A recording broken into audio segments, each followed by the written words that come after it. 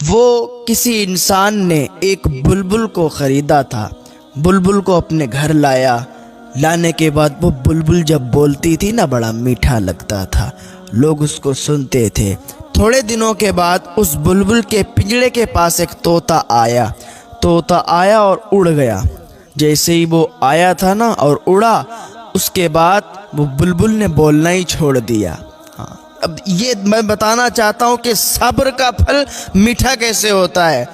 وہ طوطا آیا، اڑ گیا، بلبل نے بولنا چھوڑ دیا۔ اب جب بولنا چھوڑ دیا تو وہ پریشان ہو گیا، یار ہماری بلبل ابھی تک تو بولتی تھی، اب کیوں نہیں بولتی ہے۔ وہ انسان حضرت سلیمان علیہ السلام کے پاس گیا۔ حضرت سلیمان علیہ السلام کا زمانہ چل رہا تھا۔ حضرت سلیمان علیہ السلام کے پاس گیا، کہا حضور ہماری بلبل ابھی تک بڑا اچھا بولتی تھی، بڑا میٹھا بولتی تھی، بڑا اچھا لگتا تھا، اب وہ بولنا ہی بند کر دیا۔ ایک طوطا آیا ایک دن، وہ بیٹھا پنجرے کے پاس میں اور اڑ گیا، اس دن سے میری بلبل نے بولنا بند کر دیا۔ حضرت سلیمان علیہ السلام تو اللہ کے نبی ہیں، آئے اس بلبل کے پاس، کیونکہ آپ پرندوں سے بھی باتیں کیا کرتے تھے، آپ نے ہر چیز پر حکومت کی۔ آپ اس بلبل کے پاس آئے، آنے کے بعد آپ نے آپس میں باتیں کی تو بلبل نے کہا، طوطا جو آیا تھا نا اس نے یہ بتایا کہ تم صبر سے کام لو، تمہیں یہ پنجرے کے اندر اس لیے قید کیا گیا کہ تم بول رہی ہو، تم بولتی ہو اور تمہاری بولی انہیں میٹھی لگتی ہے۔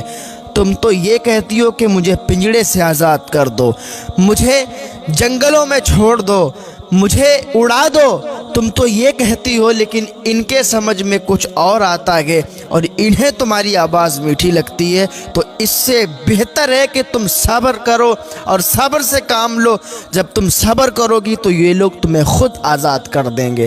جب اتنا کہا تو حضرت سلیمان علیہ السلام سمجھ گئے، اس انسان نے اس بلبل کو آزاد کر دیا۔ اسے لگ رہا تھا کہ یہ بلبل اب بیمار ہو چکی ہے، یہ بلبل اب بول نہیں رہی ہے، اس میں کوئی کمی آ گئی ہے، کوئی نقص آ گیا ہے، اس لیے اس نے اس بلبل کو آزاد کر دیا۔